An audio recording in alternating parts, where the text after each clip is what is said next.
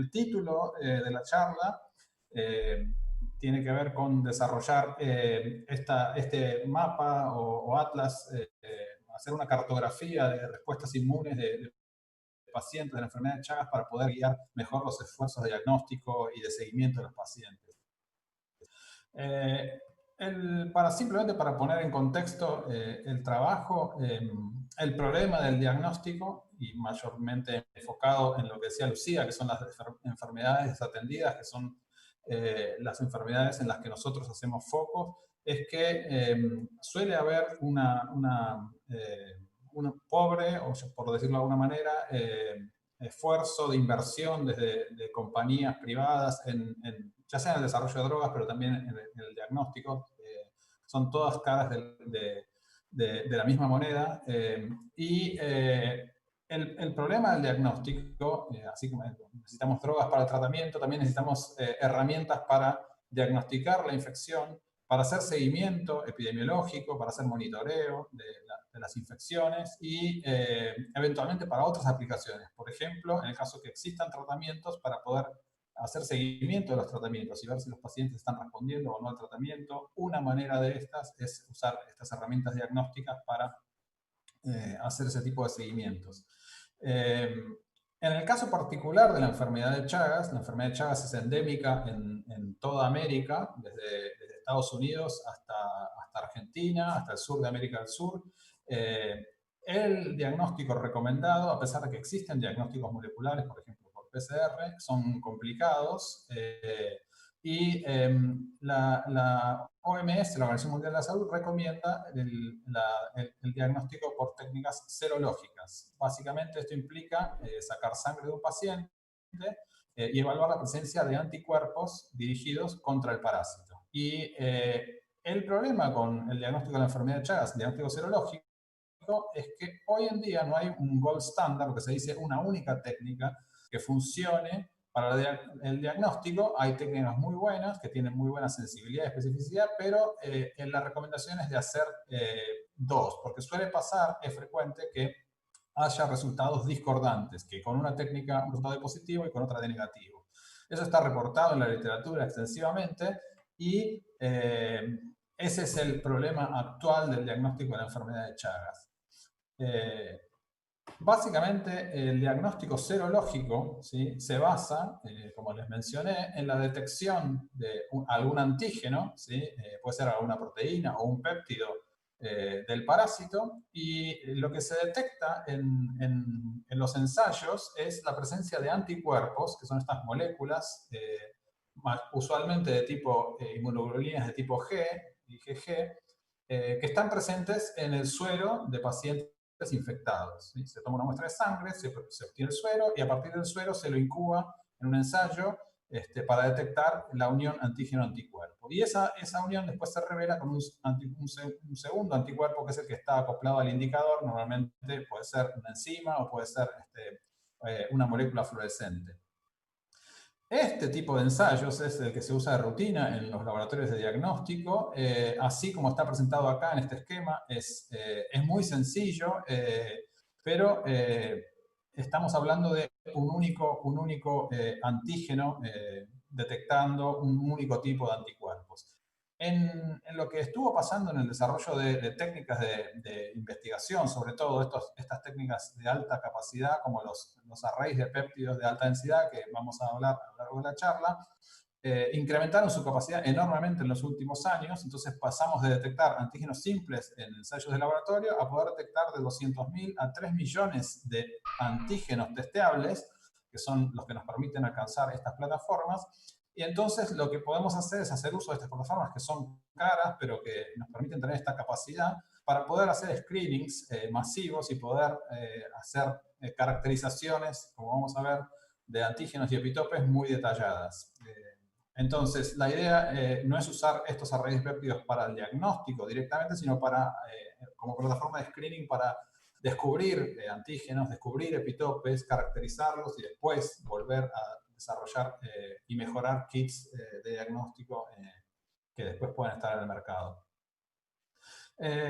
Simplemente como recordatorio, hace mucho empezamos con esto, 2011, en la tesina de grado de Santiago Carmona, que es uno también de los fundadores del RCG de Bioinformática, y que no sé si está acá escuchando, empezamos en su tesina de grado seleccionando y caracterizando 192 péptidos. Y miren lo lejos que hemos llegado, que estamos ahora ya en millones de péptidos. Todo gracias a la tecnología que fue creciendo y ayudándonos en esto. ¿Cómo funcionan o en qué están basados estos microarrays de péptidos? Bueno, todo el mundo está familiarizado seguramente con microarreglos de ADN o de oligonucleótidos. Ya pasaron un poco de moda con la transcriptómica y las nuevas tecnologías de secuenciación genómica, pero los microarreglos son muy útiles y en el caso nuestro, estos microarreglos no son de oligonucleótidos o de ADN, sino que son de péptidos.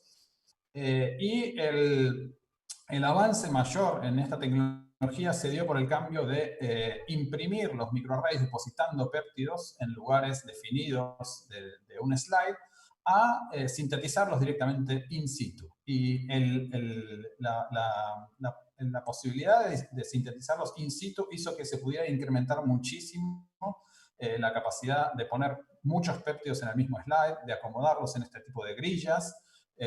Y básicamente acá está explicado en este esquema, que es un poco complejo, pero básicamente funciona esto por diferentes ciclos de protección química y desprotección y reacciones que van agregando de a un residuo, en este caso el aminoácido ácido glutámico por vez, en algunas posiciones del slide, y todo esto está controlado por luz ultravioleta que desprotege los sitios donde se quiere agregar el próximo aminoácido, todo controlado por un procesador digital de luz, un procesador que básicamente recibe instrucciones de una computadora y dirige hacia dónde hay que dirigir los microespejos o nanoespejos para hacer incidir la luz ultravioleta sobre las regiones que se quieren desproteger.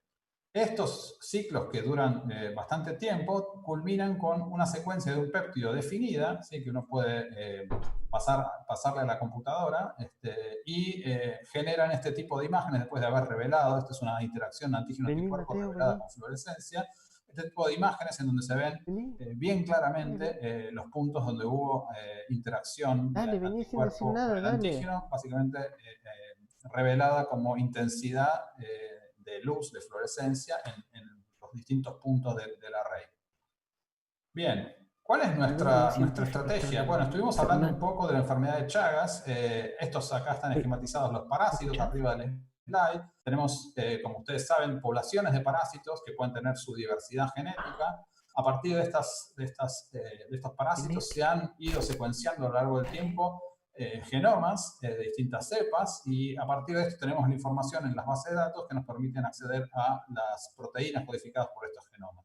Por otro lado, tenemos a nuestra población infectada, también con su diversidad genética, de distintas poblaciones humanas, y a partir de esto se genera un repertorio de anticuerpos que generan todos estos pacientes. Distintos pacientes pueden responder de manera diferente al parásito y como podemos suponer, también algunos pacientes van a estar infectados con distintas cepas del parásito que pueden ser genéticamente diferentes. Lo que nosotros queremos hacer es evaluar esta diversidad del repertorio de anticuerpos y ver si podemos aprovechar toda esta información para desarrollar mejores herramientas diagnósticas. Para eso hacemos uso de los microarrays de péptidos, que es nuestra plataforma de screening, y como dijimos, ¿sí? Lo que nos permite hacer es pasar de hacer ensayos de un único antígeno a hacer ensayos de millones de antígenos en un mismo ensayo, en paralelo. Entonces, para nosotros esta es una herramienta muy útil y es nuestra manera de hacer ensayos serológicos altamente paralelizados y obtener mucha información de cada ensayo. Entonces lo que vamos a hacer es hacer estos ensayos high throughput para hacer una caracterización lo más profunda que podamos y detallada de la diversidad y eventualmente de la dinámica. Si hacemos un seguimiento de un paciente a lo largo del tiempo, podemos también ver la dinámica de esas poblaciones de repertorio de anticuerpos, de poblaciones de células que están produciendo anticuerpos para muchos antígenos al mismo tiempo. Y como voy a comentar también en una parte de la charla, caracterizar en forma muy fina los epitopes. Bien, ahora vamos a entrar un poco dentro de lo que es el trabajo en sí.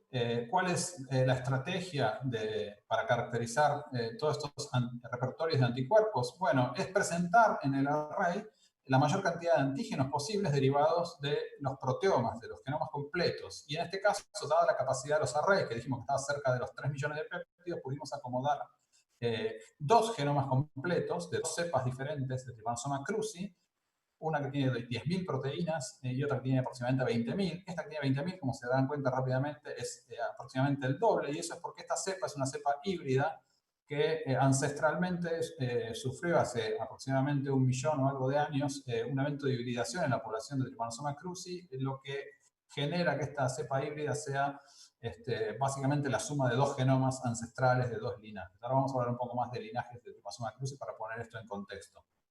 Pero básicamente, a partir de todos estos proteomas, nosotros tomamos las proteínas completas, las secuencias originales de las proteínas, ¿sí?, codificadas por los genomas, y lo que hacemos es partir esta secuencia en péptidos cortos de 16 residuos, de tal manera que generamos un display en el array en donde estos residuos están solapados. El grado de solapamiento o el grado de distanciamiento entre un péptido y el otro lo optimizamos. Teníamos datos experimentales en el laboratorio generados por Santiago Carmona, en donde teníamos máxima resolución, o sea, nuestro offset era de 1 y hacíamos un barrido completo, y a partir de esos datos empezamos a hacer simulaciones de qué pasaba si hacíamos un offset de 2, de 3, de 4, y nos quedamos con el offset de 4, que es el que mejor funcionaba para detectar antígenos, para caracterizar epitopes, y es el que nos permitió poder incorporar en el array los dos proteomas completos de dos cepas diferentes, que son, como les dije, varios genomas, por esto de la cuestión de que un genoma es híbrido. Este es el gráfico que resume más o menos cómo es la estrategia de tiling, y lo importante a notar acá es que estas secuencias o estos antígenos o péptidos funcionan de alguna manera como pseudo réplicas, porque básicamente el 75% de la secuencia de un péptido está contenida en el siguiente, ¿sí?, o en el anterior. O sea que cuando uno analiza después la información que sale de procesar los arrays, lo que uno usa es esta información de solapamiento de péptidos también para hacer correcciones en los datos, ¿sí? Ahora vamos a hablar un poco de cuál es el esquema de lo que intentamos hacer con el screening. Básicamente separamos el screening en dos etapas, ¿sí? Una primera etapa en la que usamos estos arrays de péptidos de aproximadamente 3 millones de péptidos, como les conté, y la idea es que vamos a estar cubriendo gran parte del genoma de Trypanosoma cruzi, de varias cepas, de dos cepas, y a medida que pasemos al screening secundario, vamos a disminuir el número de proteínas que vamos a poner en los arrays, porque nos vamos a quedar solo con las que sean reactivas, ¿sí?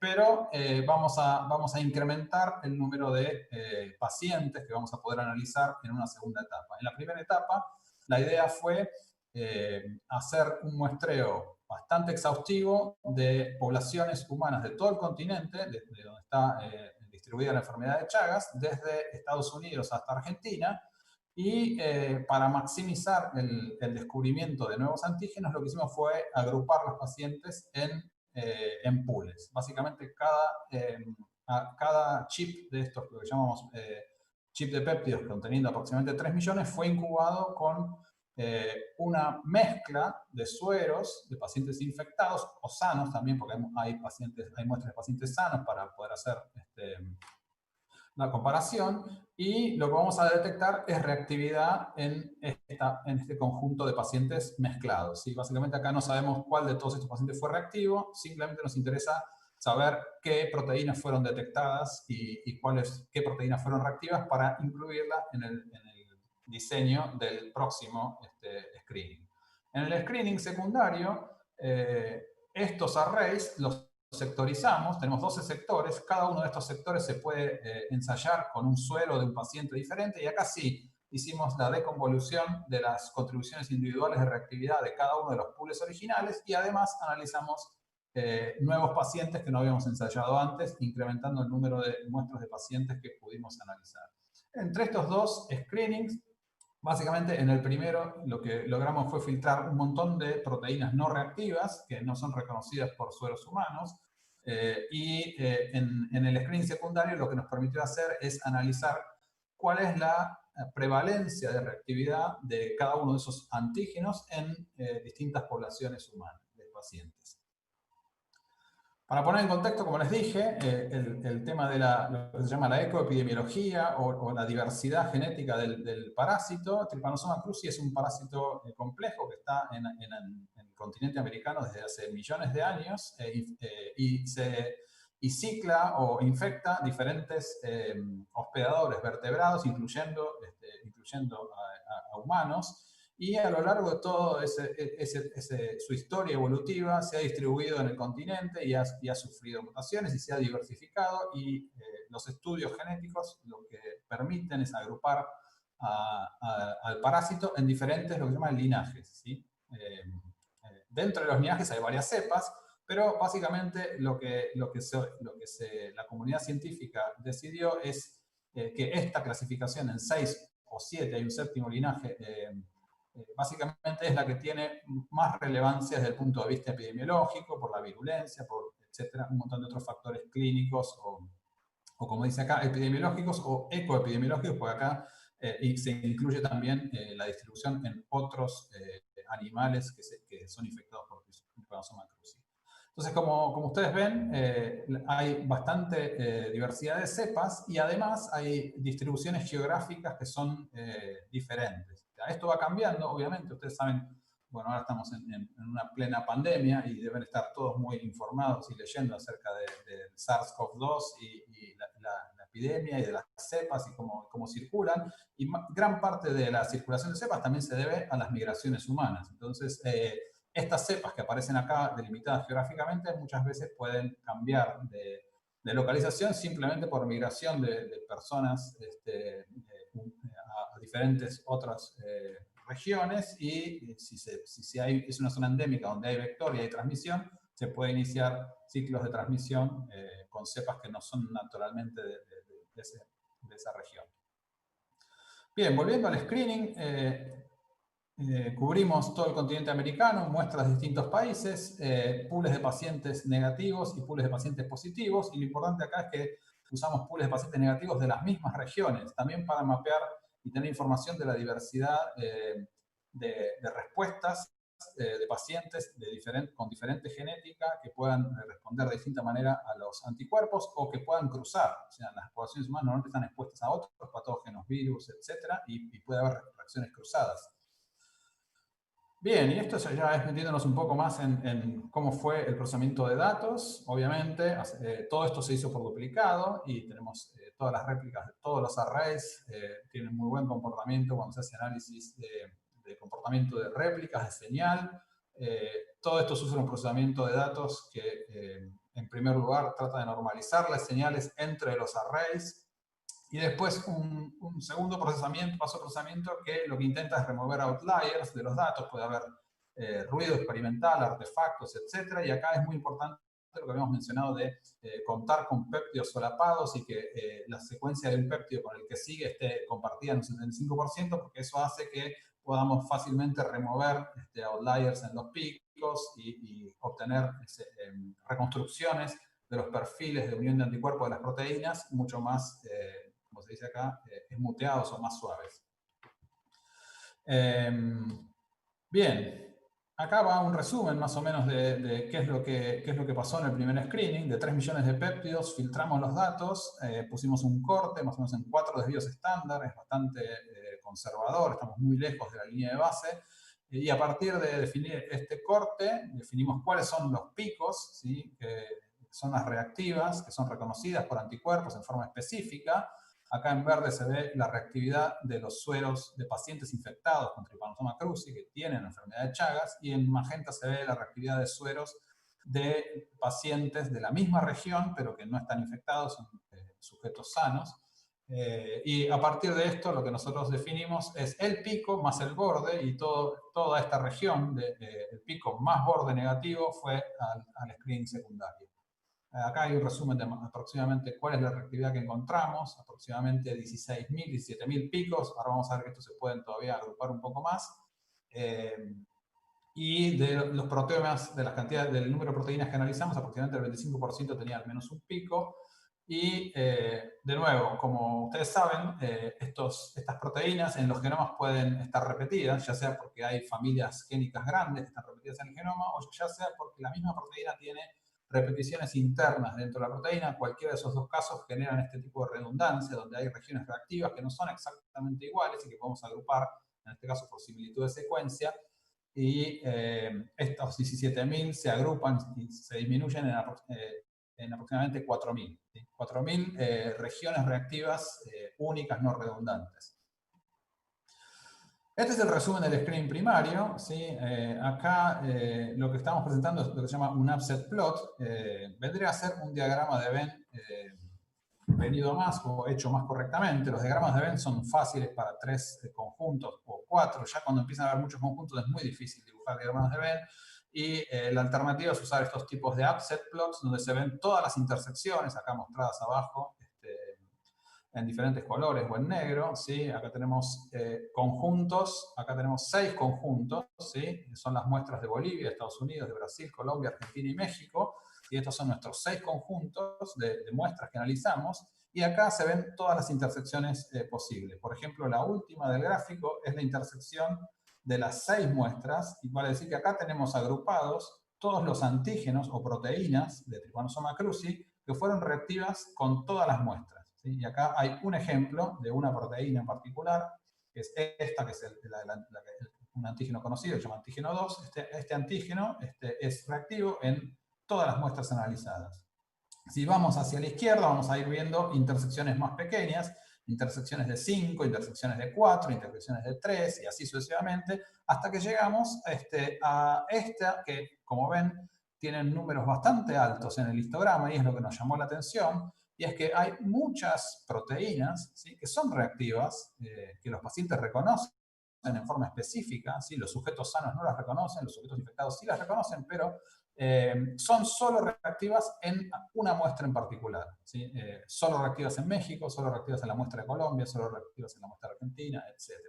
Si se fijan, el número de proteínas es bastante alto, 700, 600, etc. Mientras que acá en los antígenos que son compartidos, a pesar de que si uno suma el número acumulado es relativamente alto, son como 300, en números ustedes la van a ver bastante bajitas. ¿Sí?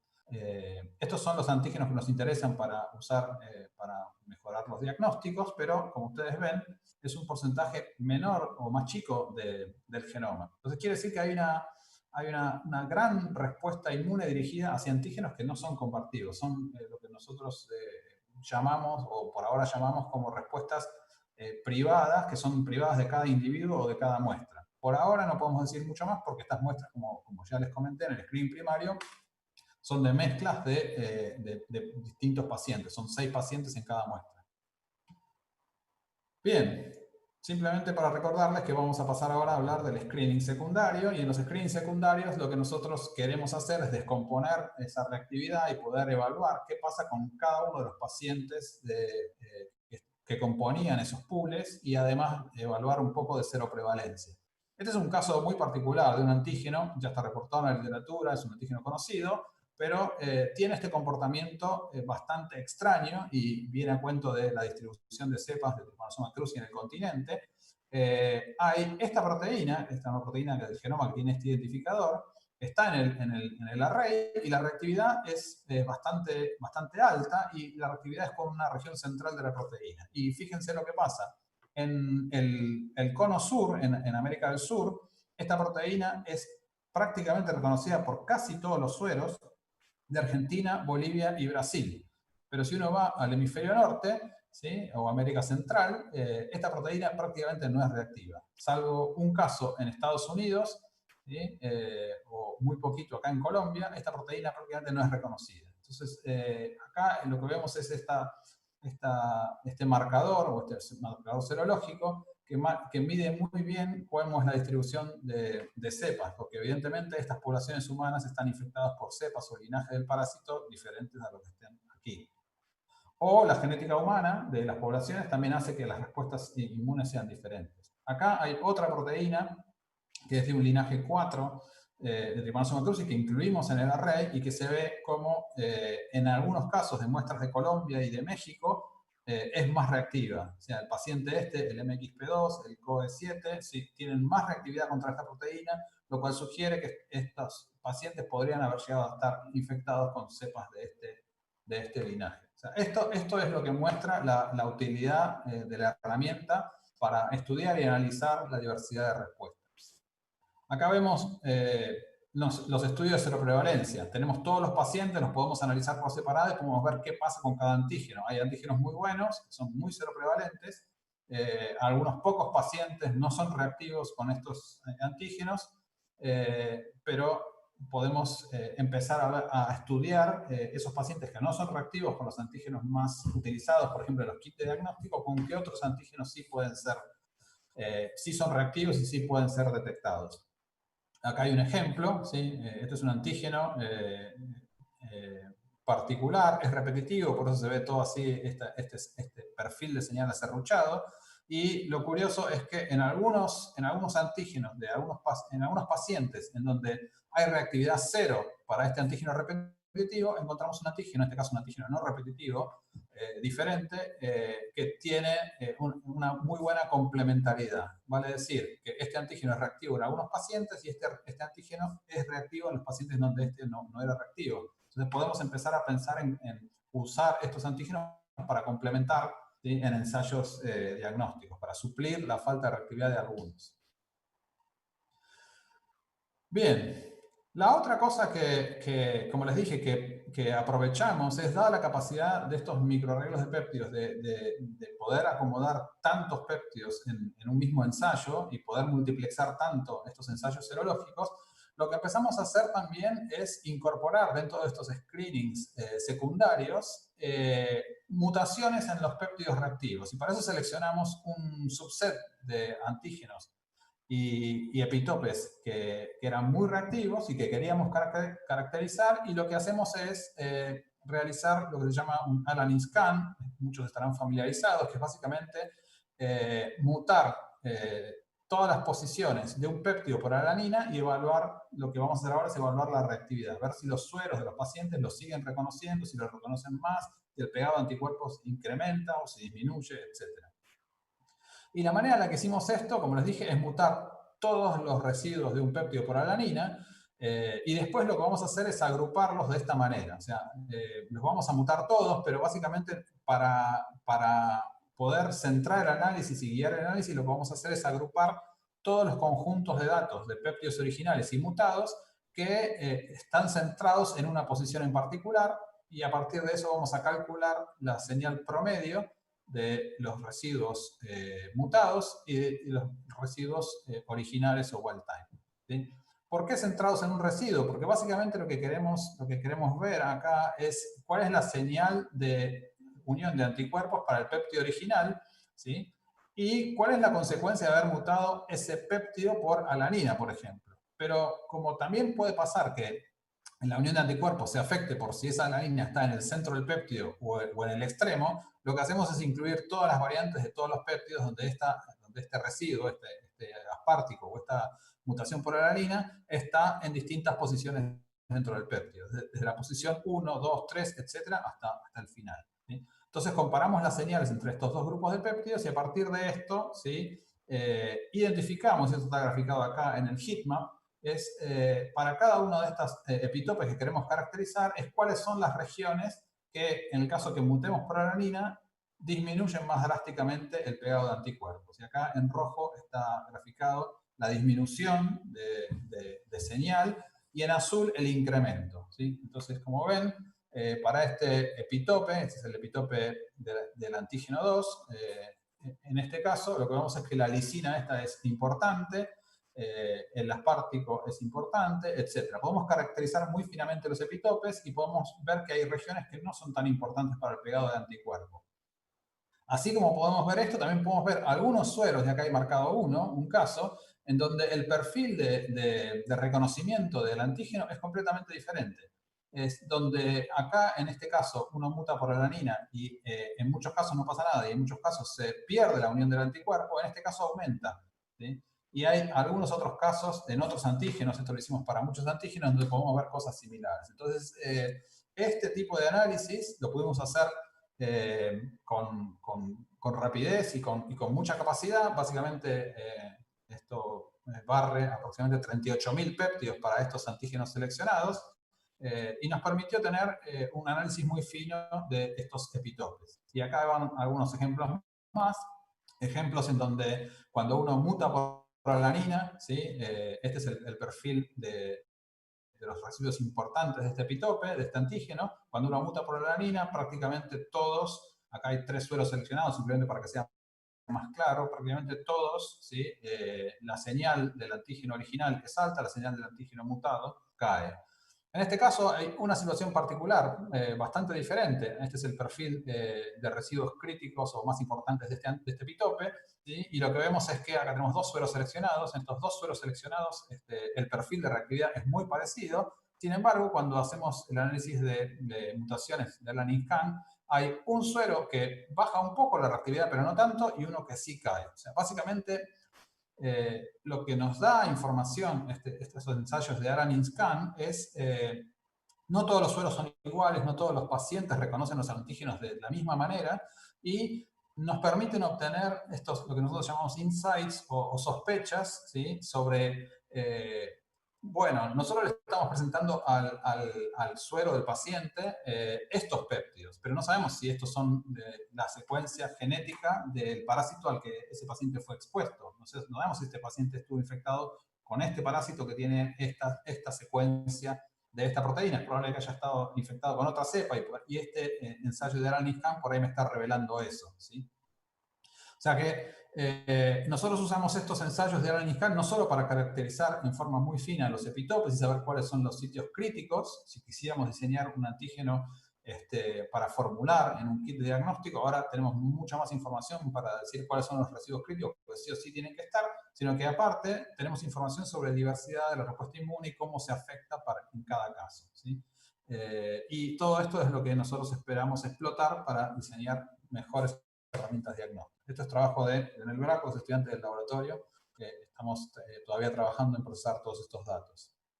Y otra cosa más que estamos desarrollando y que eventualmente rápido estará disponible es lo que, una base de datos que va a tener toda esta información navegable de una forma más o menos amigable para que la gente la pueda explorar. Los arrays de péptidos no son estándares, no hay mucha información de microarrays de péptidos en el dominio público, así que para que sea más fácil de explorar en el contexto de la enfermedad de Chagas y de los antígenos conocidos, etc., nos pusimos a desarrollar la herramienta entre Alejandro Ricci, que es el que la está desarrollando, estudiante de doctorado, que va a tener todos los datos que les conté, del screening masivo, de poblaciones humanas, etc., y Leonel, que está trabajando en las visualizaciones de las caracterizaciones finas de epitopes. Bueno, creo que eso es básicamente lo que les quería contar, para no hacerlo mucho más largo. Traté de hacer un paseo corto, espero no haber pasado de tiempo. Básicamente es el primer screening masivo de antígenos y epitopes desde los años 80. En los años 80 las tecnologías que usaban eran completamente diferentes y no llegaban a las caracterizaciones finas que podemos llegar hoy con esta tecnología. Tenemos un mapa muy completo de antígenos y epitopes, que hay que aclarar que, como vieron, está todo basado en péptidos cortos, son antígenos y epitopes lineales, ¿sí? Cosas que los anticuerpos todavía pueden reconocer en forma lineal. No está a nuestro alcance a este throughput la posibilidad de mapear antígenos o epitopes conformacionales. Eso es muy complicado de hacer a esta escala. Y, como les dije, estuvimos hablando de aplicaciones, formular nuevos diagnósticos, mejorar los diagnósticos, resolver casos de serodiscordancia, intentar llegar a un gold estándar serológico para diagnóstico de la enfermedad de Chagas y búsqueda de marcadores serológicos para medir progresión de patología, respuesta a tratamientos, etc. Bueno, antes de terminar, quería agradecer a todos los colaboradores, son un montón, que nos ayudan en este proyecto, todo lo largo de América, de Estados Unidos hasta Argentina, colaboradores dentro del instituto. Dentro del laboratorio están marcados en rojo los que estamos trabajando en este proyecto y, como dijo Lucía, tenemos otra parte del laboratorio que trabaja más en drug discovery y otro tipo de aplicaciones, como Lionel y Mercedes, que se acaban de incorporar al grupo. Y mencionar a Santi Carmona porque, bueno, todo empezó, este proyecto empezó con su trabajo de tesina primero y trabajo de tesis después, y espero que esté orgulloso de a dónde lo llevamos. Eh, Acá hay algunas fotos para que vean, para los que no nos conocen, si hay alguno ahí nuevo en la 2B2C, nuestros colaboradores en centros clínicos, quiénes somos, acá está Santi, Juan Mucci, Carlos Buscalia, Oscar Campetela, Leonel, que está con nosotros en ISCAN, Alejandro, que está procesando todos los datos del análisis masivo, y el anuncio de rigor de que siempre tenemos lugar para estudiantes interesados que quieran sumarse al grupo y en alguna de estas líneas en las que trabajamos. Bueno, gracias a la asociación de nuevo por la invitación y espero que lo hayan disfrutado y nos estamos viendo. No sé si tienen preguntas. No sé cómo es la organización de los seminarios. ¿Hay preguntas? No hay preguntas. Sí, ¿se me escucha? Sí, sí. Sí, sí, por supuesto, hay tiempo para preguntas y por ahí yo abro con una pregunta que me surgió, que es súper interesante, ¿no? Buenísimo el laburo. Me preguntaba cuando mostrás todas las respuestas, o sea, las respuestas de anticuerpos que ustedes están midiendo en los sueros, ¿ustedes tienen alguna correlación o alguna noción de si esos anticuerpos que ustedes están testeando son neutralizantes, no lo son? ¿Pueden obtener algún tipo de datos acerca de eso o no con estas metodologías? No, la realidad es que no tenemos ninguna idea, no sabemos si son neutralizantes o no. En la enfermedad de Chagas hay descripción de un anticuerpo neutralizante, que es el anticuerpo neutralizante de la actividad de una enzima, que es la transialidasa, que es una enzima específica, Trypanosoma cruzi, y se sabe que esa actividad neutralizante demora mucho tiempo en aparecer, no es instantánea, no es como pasa, por ejemplo, con el SARS-CoV-2 y el COVID-19, en donde anticuerpos neutralizantes aparecen relativamente rápido. En la enfermedad de Chagas, que es una enfermedad crónica, demoran años en aparecer ese tipo de anticuerpos. Pero bueno, es para esa enzima y es un caso único. No hay muchos reportes de otras actividades neutralizantes, aunque hay mucha gente que ha estado estudiándolos, pero es un parásito complejo, es una eucariota, tiene muchísimas proteínas, tiene proteínas en superficie glicosiladas, etcétera. O sea que es complejo estudiar actividades neutralizantes. Y hay algunas actividades neutralizantes que, por ejemplo, se estudian desde el punto de vista de invasión e infección de células. Y hay respuestas parcialmente neutralizantes, pero no hay todavía una caracterización fina de cuáles son todos o cuántos los antígenos de ese tipo. Claro, Nosotros no lo podemos ver no, por con esta supuesto. tecnología. ¿Y existe una correlación, digamos, entre el nivel de respuesta de anticuerpo y cuán bien esa persona se puede recuperar, o esas cosas tampoco se conocen por el tipo de dinámica de la enfermedad? O sea que más respuesta de anticuerpo en general es mejor capacidad de recuperación o de combatir la enfermedad, o eso también es difícil de saber.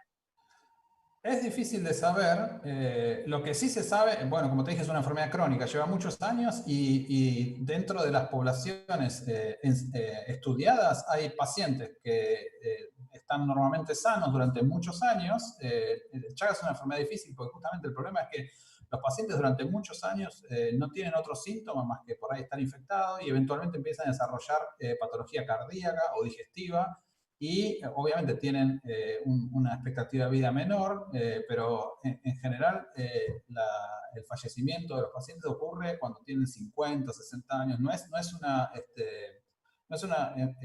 Salvo en los casos agudos, que sí hay mortalidad de casos agudos, en general es una enfermedad que progresa lentamente a cronicidad. En esos pacientes hay títulos de anticuerpos, o sea, y a veces hay pacientes que tienen más títulos, más títulos de anticuerpos y otros pacientes que tienen menos, y a priori no hay diferencias clínicas entre esos pacientes, pero sí se sabe por estudios en modelos, en ratones, que si uno tiene ratones en donde tiene anuladas la respuesta de anticuerpos, porque hay mutaciones genéticas, son ratones transgénicos que no pueden producir linfocitos B y producir anticuerpos, la enfermedad de Chagas ahí es letal. Entonces se sabe que la respuesta de anticuerpos es necesaria, pero hay, como te dije, hay pacientes que tienen alto anticuerpos, pacientes que tienen menos, y no hay a priori, por ahora con el nivel de profundidad que podemos ver, grandes diferencias. También se sabe, pero es anecdótico y hay que estudiarlo en profundidad, que hay pacientes que con el tiempo empiezan a negativizar la serología, empiezan a tener cada vez menos respuesta de anticuerpos, y eso puede estar correlacionado con que el parásito se haya eliminado naturalmente, espontáneamente. El sistema inmune a lo largo de los años por ahí lo eliminó, y esos pacientes empiezan a decaer en los títulos de anticuerpos, y la realidad es que nadie sabe por qué, y eso es algo que hay que estudiar en profundidad. Gracias, Fernán. Le voy a pasar ahora la posta a Nico, que tiene alguna pregunta que apareció en el chat de YouTube. Así que Dale. le paso la posta ahora Buenísimo. a Nico para ir siguiendo y cerrando con las preguntas. Hola, Fernán. Nico. Bueno, muchas gracias. Me parece recontra copada la charla. Y te voy a hacer preguntas que fueron llegando por YouTube. Si las puedes contestar breves, así no le sacamos tiempo a Flavio. Una de las preguntas de Yesid Cuesta es: las proteínas que tuvieron mayor reactividad, ¿tuvieron una localización celular especial en el parásito? Es decir, proteínas de membrana o secretadas fueron las que más reaccionaron. Sí, es una pregunta importante y mucha gente se la hace. En realidad, Cruci es medio raro en eso. Uno de los antígenos que más señal tiene, uno de los que mostré, cuando la tiene, es el antígeno TCCA, que por ejemplo no es muy reactivo en México, Colombia, Estados Unidos, pero cuando tiene reactividad es súper reactivo y es de superficie. Otro antígeno que es muy reactivo y está en los kits de diagnóstico que se usan actualmente es el antígeno 2. El antígeno 2 es una nucleoporina, es una proteína de la envoltura nuclear. O sea, nada que ver. O sea, no, a priori no hay una correlación, aunque sí muchas proteínas de superficie son reactivas. También aparecen algunas proteínas que son citoplasmáticas o no son de localización hasta donde sabemos en la superficie y que son muy reactivas también. Perfecto. Muchas gracias. Y tenemos otra pregunta. Nos dice Cristian Guisán de Donadío, Cristian Emanuel. Qué difícil será hacer algo como el Alanin Scan? ¿Cuánto quilombo será hacer algo como el Alanin Scan, pero con todo el resto de los aminoácidos para mapear el cambio de afinidad? No es muy complicado, simplemente ocupa más espacio en el array. Entonces, se puede hacer. Nosotros hicimos, como les dije, el cambio de cada aminoácido de un residuo por alanina. O sea, si tenemos un residuo un péptido de 16 residuos, vamos a necesitar 16 péptidos para poder mapear cada uno de esos cambios por alanina. Ahora, si queremos cambiar cada residuo por los 20 posibles aminoácidos, o 19, hagan la cuenta, eso escala bastante rápido. No es imposible porque, como vieron, los arrays sectorizados, que es donde nosotros analizamos sueros individuales, podemos poner hasta 300.000, 400.000 péptidos, o sea que lo podemos hacer. Nosotros teníamos la limitante que queríamos evaluar otras cosas como seroprevalencia, o sea que teníamos que poner muchos antígenos wild type o originales, entonces seleccionamos solo algunos para hacer y decidimos hacer Alanin Scan, pero no es complicado desde el punto de vista de la plataforma o la tecnología hacer screenings de mutaciones mucho más exhaustivos. Perfecto.